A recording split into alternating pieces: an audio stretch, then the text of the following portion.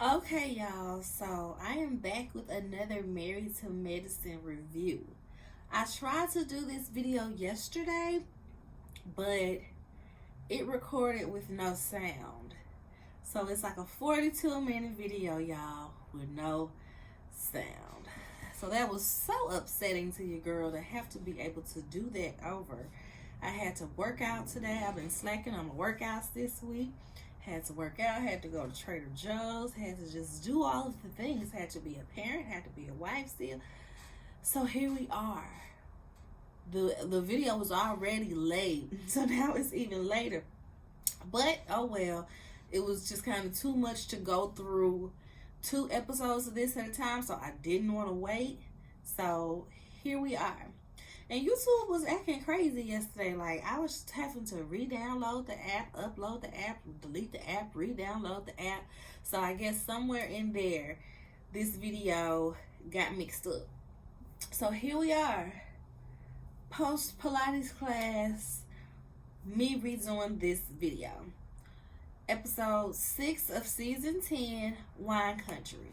So this episode starts off with the core 4 having lunch. And the core 4 consists of Toya, Simone, Jackie, and Heavenly. Yes.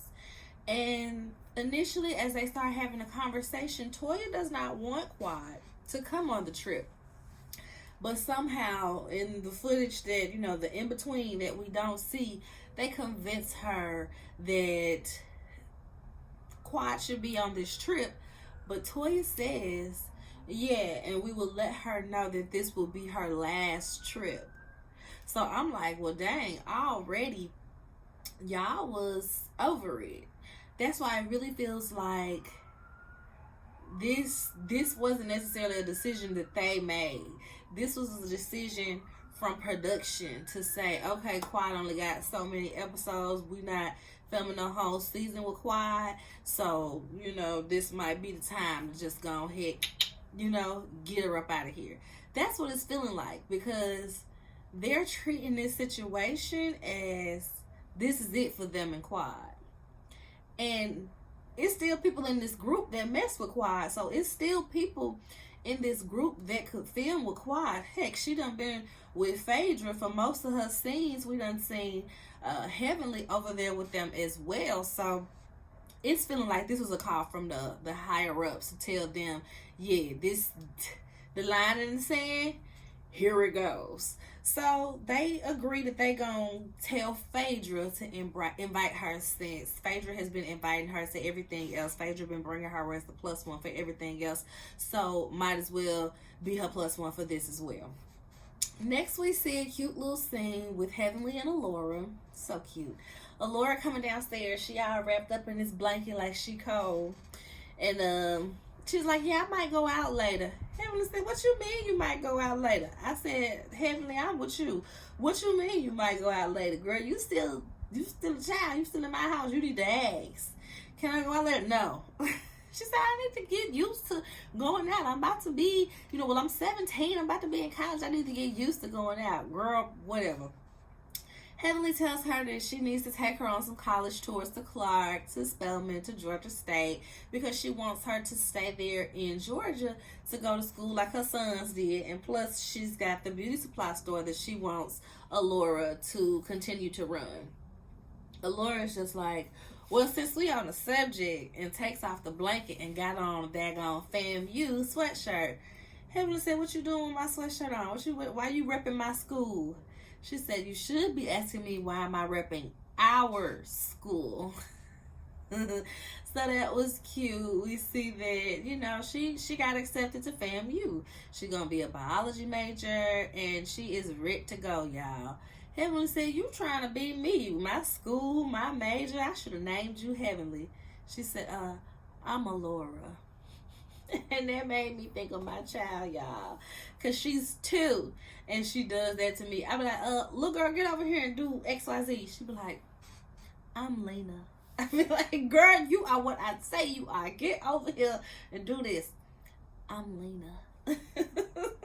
So Heavenly and Alora, they one of them the mother-daughter duos that I look at and be like, Wow, is that how my future? Is that what I got to look forward to? Cause they they have their mother-daughter relationship, but they also have a sort of friendship where Allura can say some things to Heavenly and not, get slapped in the mouth like some black mamas tend to do or tend to react to their child sassing off or talking back and stuff like that. So I always laugh when I see that relationship because I'm like, oh man, is that what I'm looking forward to? All right. Speaking of kids, next we see Simone and Cecil are buying the boys a condo / an investment property. Because ain't no point in throwing money away for rent if you got the money and the means to buy the property. So that's what they're doing. They get there. Simone pulls out her iPad. She says, y'all gonna have to sign a contract. And Miles, you got one year of free rent. Michael, you got 2 years of free rent. So basically, they're letting them have that time to graduate college, and at that point they're gonna have to get a job and pay some rent. Now Michael, I feel like Michael probably ain't gonna have no problems with that. Michael gives that, yeah, I rely on mommy and daddy, but I gotta have my own money to stay fresh and to get some and all of that. So whereas Miles, we've seen him living off his parents as a grown man for the past 4 years now. Not to down him or say anything bad about him. Everybody moves at their own pace. Everybody don't go into college knowing what they want to major in, what they want to be when they grow up. So yeah, if they start off college, especially he went to Howard. You go to an HBCU where you got all these parties, you got all these girls, you got all this opportunity, but you don't know what you want to do, you can definitely, get tripped up in that. So he came home from Howard after a year, stayed home with them to kind of figure it out. They enrolled him in Georgia State. He went to Georgia State, but it don't seem like he still didn't really know what he wanted to major in. Took a year off from Georgia State, and now he's going back, and I think they said that he is like a media and communications or something, public relations, something like that. So yeah, he's trying to figure it out. So whereas Michael, it don't really seem like they had too many problems with Michael. They didn't really touch on why he went from a 4-year university to a 2-year university to 2-year college, but I can recall them saying that he was going to a very white town in, was it Tennessee or something like that? He was going to a very hip town. So I'm wondering if that environment was just not conducive to his mental well-being, or was he being, picked out and getting into trouble just because he's a black boy in this white town? Because when they were sending him off for school, yeah, I know they were talking about how he had a basketball scholarship and all those things, but it just never seemed like he should have went to such a white place with how he grew up. You know what I mean? Like, these are black kids. Yeah, I'm sure they probably went to private school and all that, but they don't strike me as the kids that are whitewashed. So I was always worried about Michael and where he was going to school when they mentioned that, he's not going to an HBCU, he's going to a very white town. And it still seems like he is pretty much on track to graduate in his 4 or 5 years of being consistently in school. Because him and Miles are, 3 or 4 years apart, and they're going to be dang near graduating together. So, yeah, Michael know he want to play ball, if nothing else. Even if he didn't know what major he wanted to do or what this and that, he knew he needed to be in school to play ball. So, he kept his head on straight in that regards. But anyway, back to the contract. She tells them that if they have a girl staying there more than 2 nights in a row, she gonna owe me rent. I said, I know that's right, Simone. No dirty bathrooms and kitchen. I was gonna like, girl, what? But I mean, yeah, they grown, but that's real though. You can't keep no nasty house, especially y'all being grown and stuff. But I feel like that's back That's back on y'all. It's given when um Riley was getting ready to go to college, Candy's daughter, when Riley was getting ready to go to college on Real Housewives, and how she didn't even know how to clean the bathroom, y'all. She was trying to teach her how to clean the bathroom. Like, your child should have these skills before. They was talking about how they don't know how to wash clothes on here. It was just kind of like, and I remember a past episode where Cecil was doing Miles' laundry. Y'all, I am not kidding. My 2-year-old, she get in here and help me with some laundry. I just can't raise nobody that's gonna have to rely on me for everything. Now, granted, she is in that space where she wants to do everything. She wants to be helpful, but we're gonna feed into that. So when I'm doing laundry, she have the hamper. She hand me the clothes. I put it in the wash. I hand her the clothes when it's coming out the washer. She throw it in the dryer. She'll put the little dryer balls in there. She'll close the door. She'll take the hamper, put it back where it goes. At 2, 3, 3.5, we're gonna start sorting the clothes. You see these? These are white. They go in the white pile. The lights go in the light pile. The jeans and the dark things go in that pile. Yes, she gets it. I'm gonna get her them little kitty knives and stuff so she can start cutting up her own little fruit. She'll get to the stove with my husband while he cooking her eggs. She want to scramble the eggs. She want to crack the eggs, which cracks me up because when she want an egg, sometimes she just screams out, crack, crack, crack. And we like, girl, what? Eggs, crack the eggs. We'd be like, oh, okay, let's go crack the eggs. Don't just be walking around this house screaming out crack, little girl. You know, people gonna look at us like we over here up to no good. But anyway, I say all that to say I just think it's so crazy when parents do not teach their kids these things, and now they grown and they trying to drill it into their head. It's low key too late for that. They gonna have to learn their own. They gonna have to, mess up a load of whites before they realize they need to sort their laundry. They gonna have to have they jeans bleeding onto their other clothes before they realize that you don't put dark colors on hot. So what we're gonna do now? And the last part of the contract, Simone said that any disagreements between them would have to go through the mediator.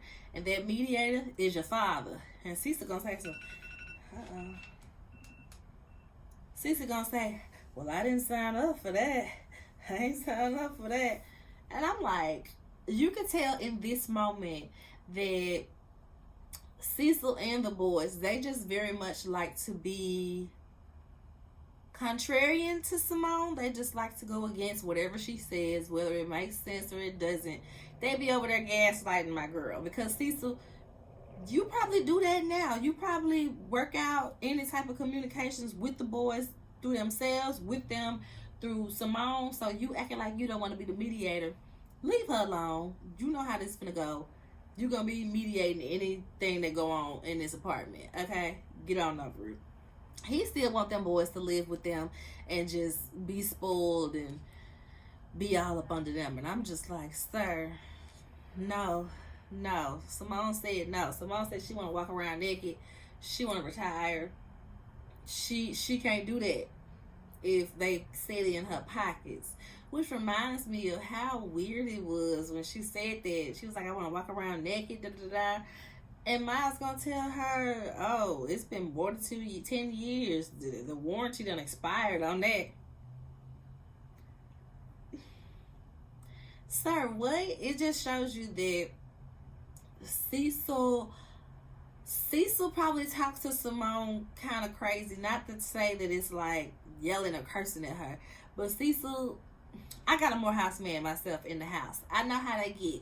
They are very sarcastic. They are very know-it-all. They are very, well, this should be this or this should be that. And that's what Cecil gives Simone.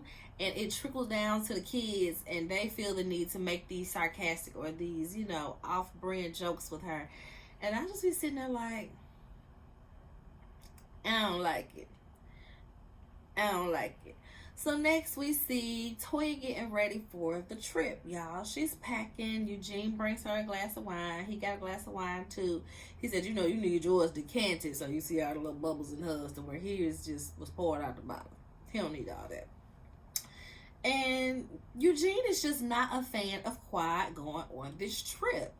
And I understand that. She has been very nasty to them in the past. Not to say that, you know, it wasn't a back and forth, because it has always been such a crazy back and forth between Toya and Quad. They had some moments where it looked like they were real friends. Like, even on their live, Toya said, me and Quad have been in good spaces at that point.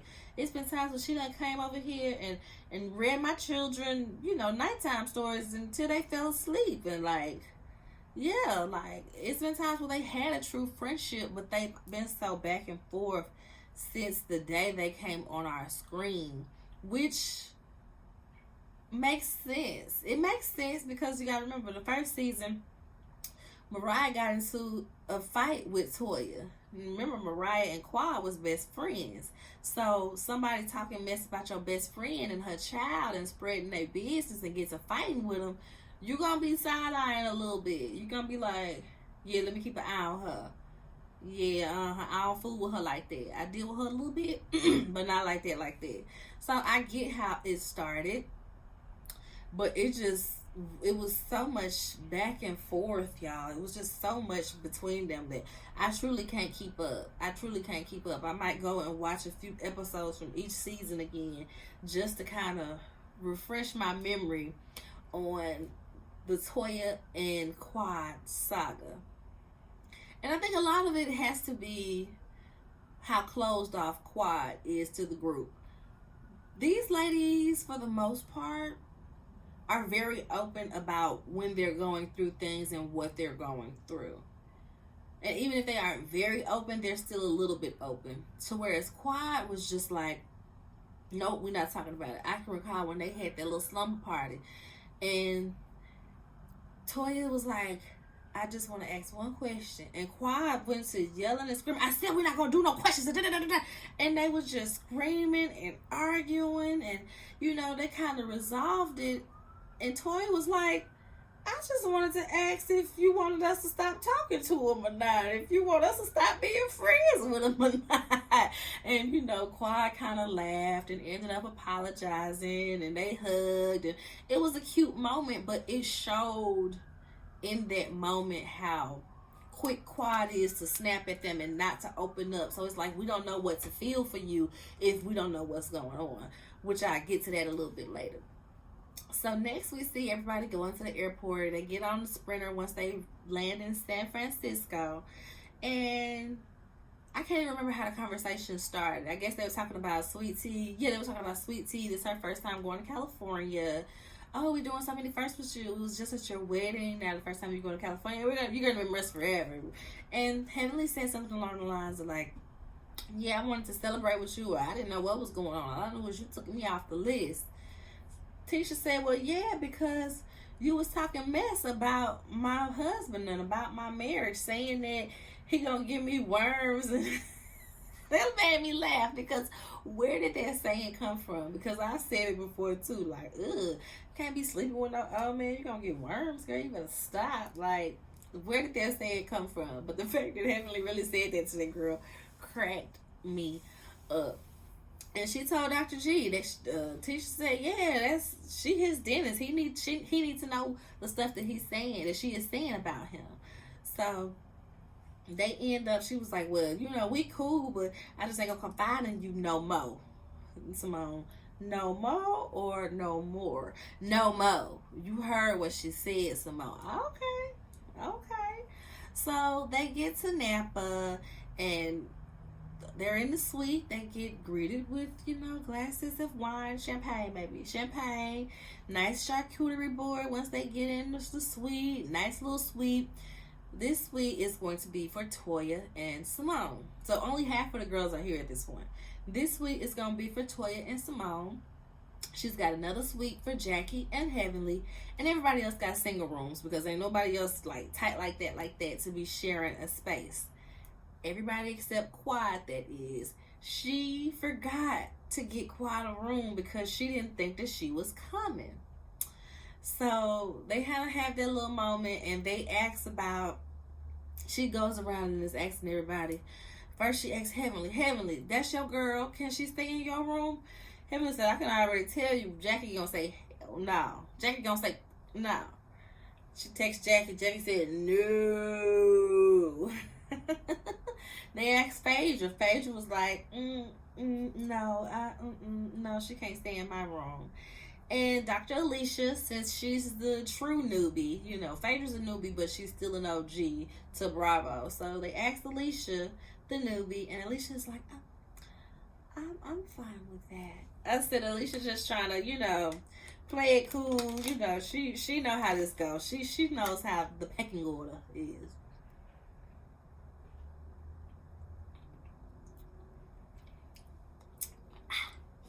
So after that, like I said, it's only half the girls there at this point.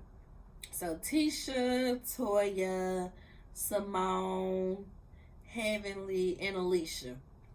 Those are there. They go for a bike ride. It's electric bikes. She's like, we ain't getting no workout. Go for a bike ride. Come back in from that. Get undressed. They go get massages. Have them some little downtime. So now they're getting ready for dinner. And looks like Toya either finna get in the shower or just got out the shower when Quiet arrives. Quiet gets there, and Toya is the definition of keep that same energy. She will be halfway cordial, but she's still gonna let you know and remind you at every turn, I don't really mess with you like that. So I can smile and I can be, you know, not mean, but I ain't gonna be fake. And she wants everybody else to operate like she operates. So Quiet gets there, and Toya is like being nice nasty. That's what it is. She's being nice nasty. Quiet rolls her bag, and she said, well, you didn't have to bring your luggage. You didn't need to bring your luggage. I said, Beyonce. Not telling her she didn't need her luggage. Like, she didn't want to leave her luggage outside the door. She thought she was going to get greeted with some champagne and some charcuterie, too. She thought she was going to be in here in a minute, baby. That's why she rolled her luggage in. Then she tells her how she forgot to get her a room, and how, you know, so we asked such and such, and we asked such and such, we asked such and such, and they all said no. They didn't want to share a room with you. But Alicia said she would share a room with you. And she has the key card for the room, and she's just like staring at it like, should I give it to her? I'm like, girl, if you don't hand her that daggone key card, it's not being petty. So Quiet is like, well, I got my own money. Like, I could go get me a room or go to another resort or whatever. I got my own money. That's not a problem. I can get my own room. No, girl, we found you a room. We found you a room. She said, where you find this room? Did you go to the basement and dig a hole for me or something? Where you find this room? Quiet's trying to be playful in this moment, you know, cheeky, just trying to, you know, get past the awkwardness, because Toya is being awkward.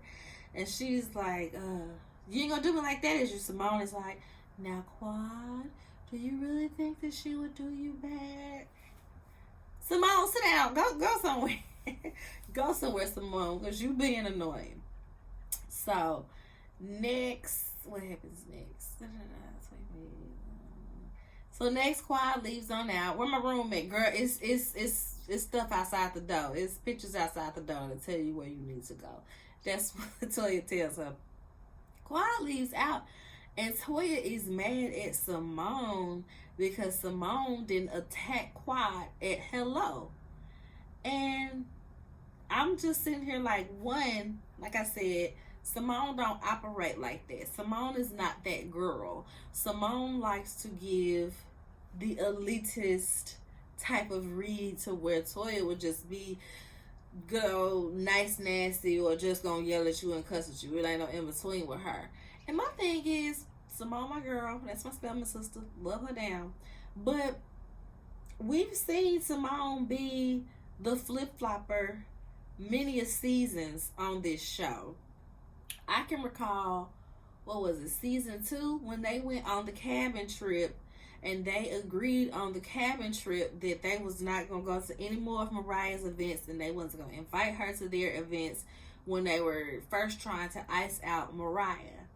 And Simone, it was still flip-floppy, even though, you know, she felt like she had her reasoning for it. Simone said that once she talked to Cecil, Cecil was like, that ain't right. Like, she ain't did nothing to you for you to be feeling that way. And Simone was like, well, you right. And went back to hanging out with Mariah.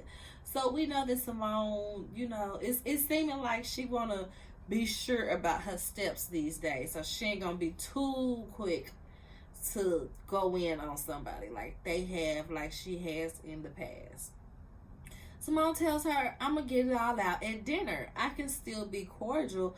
I'm upset that you don't have any faith in me to get this done. Like I said, it's truly feeling like production told them, yeah, this is it. Ain't no more lingering. Ain't no more this, ain't no more that. After this trip, it's a wrap for Quad. Because they are definitely treating this like the last moment. Last chance for the last dance. Okay? Last chance type deal. Next, we see Phaedra and Jackie get there. Phaedra was supposed to arrive with Quad, but she changed her flight to arrive with Jackie. She claims that she thought that her flight was for a later time. They're looking at her like, yeah, right, girl. Yeah, right. So next, everybody's getting ready and they go to dinner. The Last Supper. While they're waiting on everybody to arrive, Jackie lets them know that she's going to be on a Zoom call with the VP Kamala Harris, and she's very excited to talk about maternal mortality rates, black maternal mortality rates, and how her and VP Kamala Harris are both AKAs, and, you know, she's just excited to have such an opportunity. Next, we see Quad arrives last. I'm truly wondering how late she was, because Heavenly said she'd be 2, 3, 4 hours late to, you know, call time. So I'm wondering how late she was. We see her get there last, and she congratulates Toya. I'm very proud of you. I'm proud of you for this. You know, we might not get along, but, you know, I'm proud of you for this opportunity, da-da-da-da. And you can tell that everybody is just over Quad, because in that moment, I feel like you would be like, yeah, you know, shout out to Toya for the wine club and bringing us all to Napa. I feel like people would have joined in and expressed the same sentiments that Quad was. But nobody did, because they tired of Quad. They like, ain't no point in you playing nice, girl. You been nice none of the time. Wrap that up. Wrap it up, okay? Ooh, it's a moth. That scared me. Wrap it on up. And Simone is like, awkward. But now Simone wants to address the elephant in the room. Quad, we haven't seen you in a while, and you haven't reached out to us. What's going on? Quad is like, well, yeah, you know, it's some things that I should have done better. But I don't feel like this is a safe space for me to, you know, unload what I'm going through. Simone said, well, what's changed? Quad said, well, I ain't going through nothing right now to, you know, feel away, so I can hang out with y'all, I guess. Is what she's giving. Simone tells her, stop playing the victim. You feel like you can't unload around us. You feel like we did all these things to you. Stop playing the victim. Well, why are you still hanging around us? Is what Simone asks. And I mean, that is a very, very valid question. And like I said, Quad mentions, well, I needed support back then when I felt like I couldn't unload, but I ain't going through nothing right now, so it ain't like I need y'all support. And we giving second chances, right? You know, I thought we wiped the slate clean. So, you know, I have no emotional attachments in this group, but I'm trying to get back there. This triggers Heavenly, y'all. This triggers Heavenly. And I can't say that I wouldn't feel the same. But first, let me touch on something. Everybody always likes to bring up, like as far as the fans and Quad saying that she feel like she can't unload on them, things like that. Everybody likes to bring up that they treated her badly when she was going through her divorce. And I truly don't see it that way. It don't seem like they treated her badly when she was going through divorce, but they didn't know what all was going on when that divorce was happening or when they were leading up to that divorce. I can recall the only thing she would really say about Greg is he don't help her around the house. He don't take out the trash. Toy was like, girl, I know you don't touch that trash. And Quiet starts crying. He don't even take out the trash. So in everybody's mind, they just like, well, y'all got the money. Hire a maid and get over it, girl. He ain't taking out the trash. Oh, well. Men be lazy sometimes. Use his money to get the help that will.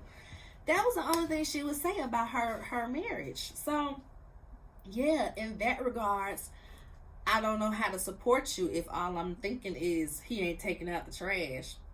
It wasn't until the reunion where everybody, I think she said that Simone or somebody else might have known prior to then, but it wasn't until the reunion that they talked about how there was physical abuse.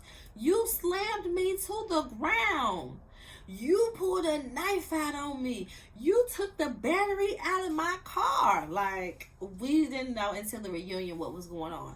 So how do you expect them to support you if they don't know what to support? So I've always stood by that. Like, you can't expect me to read your mind and to blindly follow you off of a cliff if you're not giving me no information. And I feel like that's what it was. I don't recall them treating her badly during the divorce. They just saw it as, you know, maybe she's spoiled and she don't want to do stuff.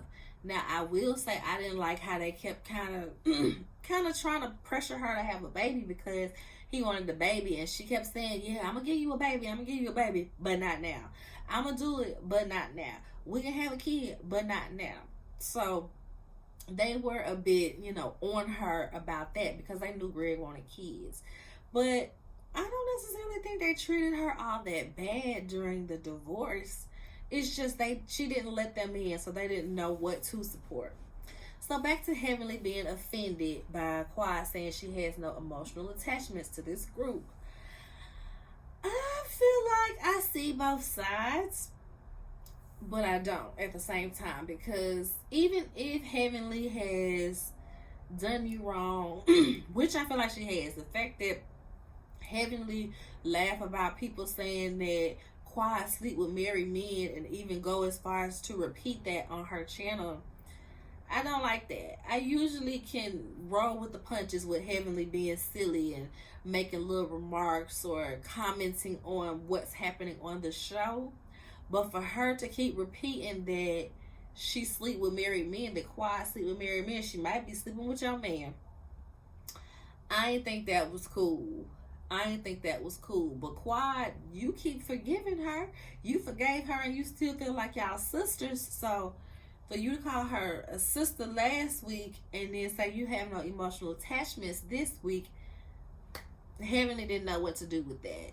Heavenly feels like Quiet uses her. She said, you using me to stay in with the group. When Phaedra over you, that's when you call me. So apparently, like I said, they told Phaedra to invite her to the event since she'd been inviting her everywhere else.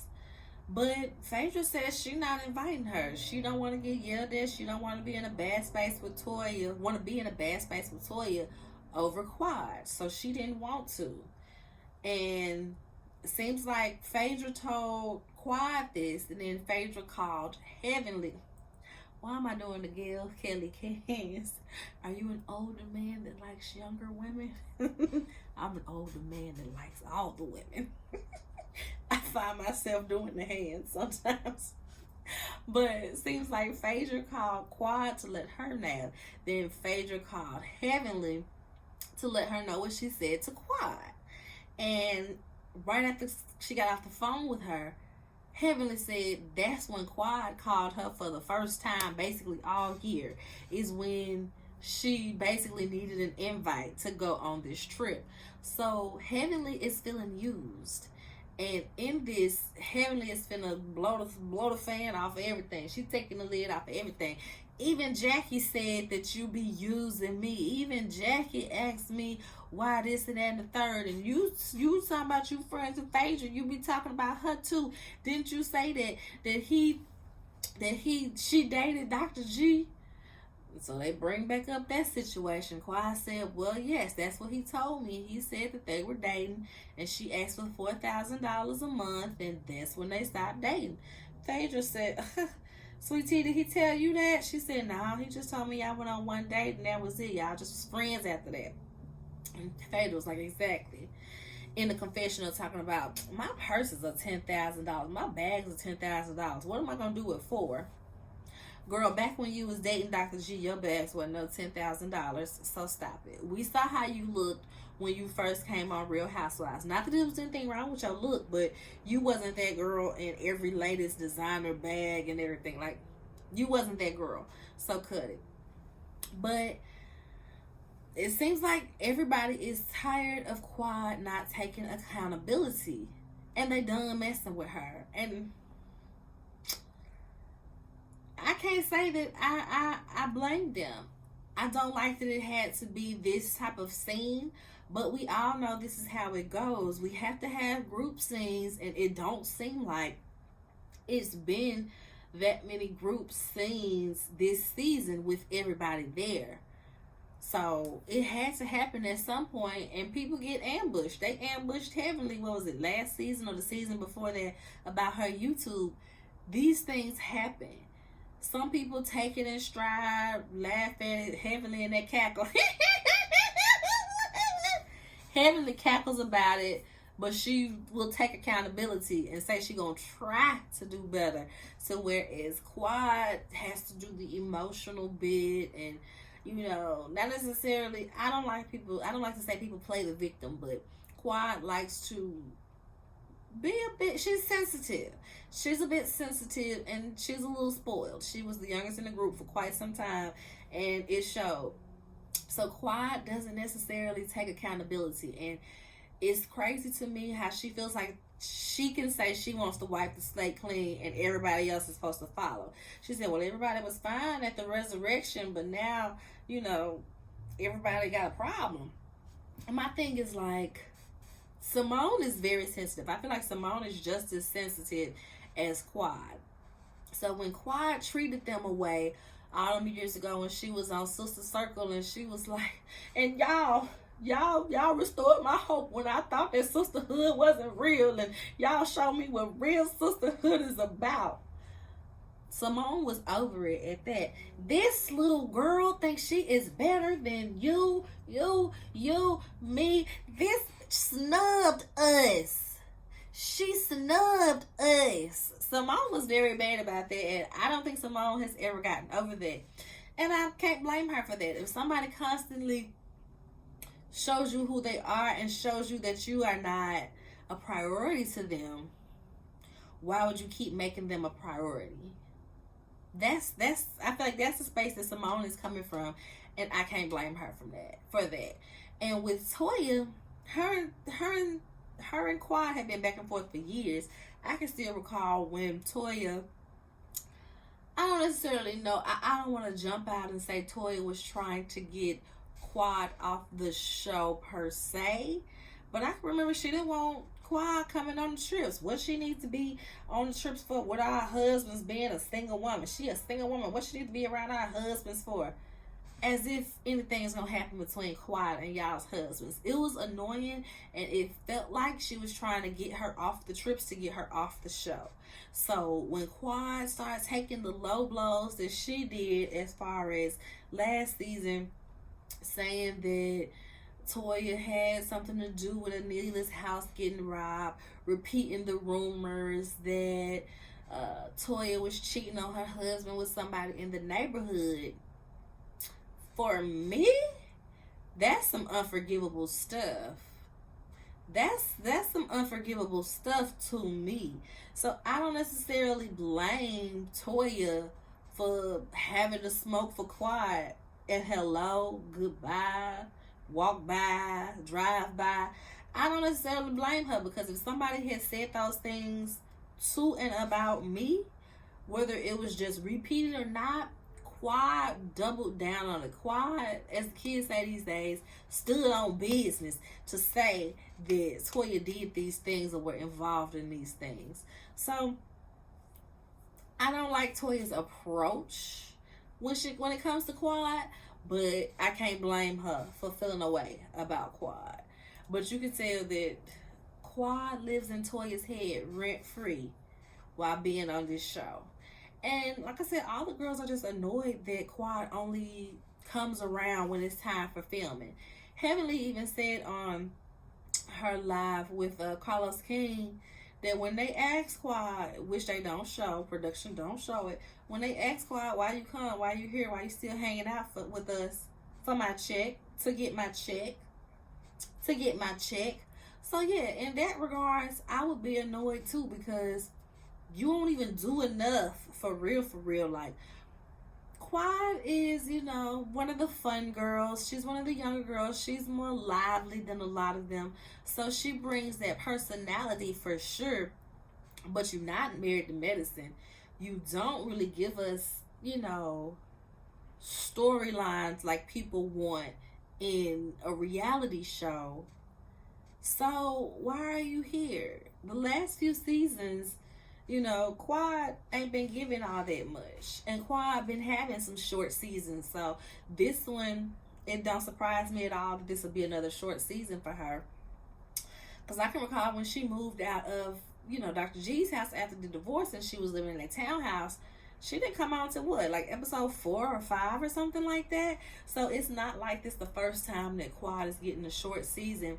But they tired of it. I'd be tired of it too. If you just coming around me to get your check and that's it. You don't even have a bond to any of these ladies. Like Milo say, a bond. You don't even got a bond in a group where these ladies are, for the most part, friends. It's not like, the Housewives ensembles where this person knows this person through this person, but they don't really know each other. They just met for the sake of taping, so they all together. Like, no.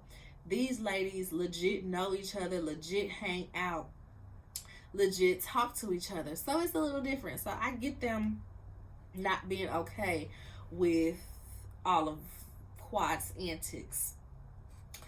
So just a little bit about Heavenly and Carlos on their live talking about Quad. Heavenly said that if you don't come to work for 4 weeks and you cussing out your boss and you come late to every time you need to be somewhere and you come 3 hours late, you need to be fired. You deserve to be fired. That's what Heavenly said. Carlos argued that she did not show up for 4 weeks. She was renegotiating her contract, and he would have did the same thing if he found out his ex and they next is coming on the show. Like, nah, you're going to pay me a little bit more money if that's the case, because you putting me through a little bit more than what I would normally be going through on this show. So, run me my money. Oh, in the words of the Puerto Rican princess. And Heavenly, basically was like, well, while we on the topic of these renegotiations, she threw everybody up under the bus. She said that, Jackie shouldn't be making as much as she making because Jackie don't bring nothing, and Phaedra ain't even dating the doctor no more. So, why is she even here? Like, throwing everybody under the bus. And as far as your negotiations go, I mean, it is what it is. State your case and your claims, and why this should be this in your opinion. Give them something to work with. But this getting back to the cast, like I said, production is just a messy. Production is so messy for them to even take that back to the cast. So now the cast can feel a way about her and be looking at her sideways. Now they really don't want to film with her. So that's what it's looking like. Carlos King said he feels like they wrong for ganging up on her. Heavenly was just kind of like, whatever. But just last night, I guess Heavenly finally watched the episode in full. Because Heavenly don't really watch the episodes, because they be on live. They be on live watching the episode, which is like, they don't. it's kind of counterproductive because they be too worried about what they finna say on this live to really watch the show. So looks like Heavenly finally watched the show, and she tweeted how she felt bad for what she did, and she apologized to Quad, and she want them to be okay, and you know, she felt bad about it. She did not feel good about the way that she treated Quad. That's what she said, y'all. So it's just been so interesting because my thing is like, Heavenly, didn't you live this? You should already know how you treated Quad, and it seems like she ain't that mad about it because y'all done talked since this been taped and y'all was on these lives together. So I was kind of confused at Heavenly's approach. I guess, you know, when you in the moment, you just think you speaking your mind, but when somebody relays it back to you how it happened, or you get to see firsthand how it happened, you like, ooh, maybe I shouldn't have said that. Ooh, maybe I should have waited till it was a one-on-one to talk about that. Maybe that's what Heavenly is feeling, y'all. But I truly don't necessarily feel a way about it. Like, this has been a long time coming in this regard because Quad don't fool with these ladies like that. She don't want to hang around them. So why keep hanging around them? Like, give her a friend of contract. Let her film with who she want to film with, and call it a day. That's how I feel. Cause I'm not necessarily saying I want Quad off the show, but for her to be main cast when she don't really bring it like that, and she don't like to show up, and she always show up late, make her a friend of. So it don't matter if she show up late or not. Y'all ain't got to stall on filming or, you know, be there for another 3 hours because she 3 hours late because she not main cast. That's how I feel about it. Phaedra nor Quad need to be main cast. They need to go ahead and make Dr. Alicia justice for Dr. Alicia, okay? Because apparently Dr. Alicia was only brought on because they thought that Quad was not coming back. So once they got Quad back, it's like all Dr. Alicia's scenes get cut into a look here, a glance there, a laugh here. Like, we don't even know about Dr. Alicia. Like I said, if it wasn't for me rewatching the series recently, I wouldn't have even remembered when they met her in DC.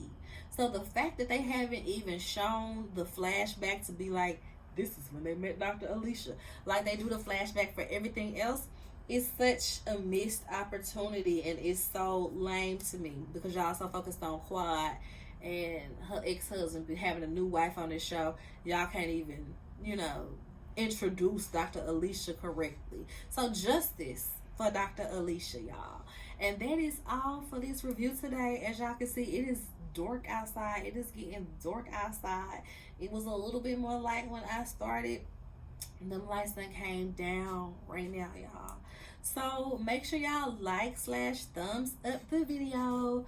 Let me know how y'all feel about this episode and this review. Do you feel like they were mean to Quad? Do you feel like they treated her unfairly? They were too harsh? Or are you team get her out of here? Okay? So subscribe to the channel if you haven't already. And I will see y'all next week for a new episode. Bye.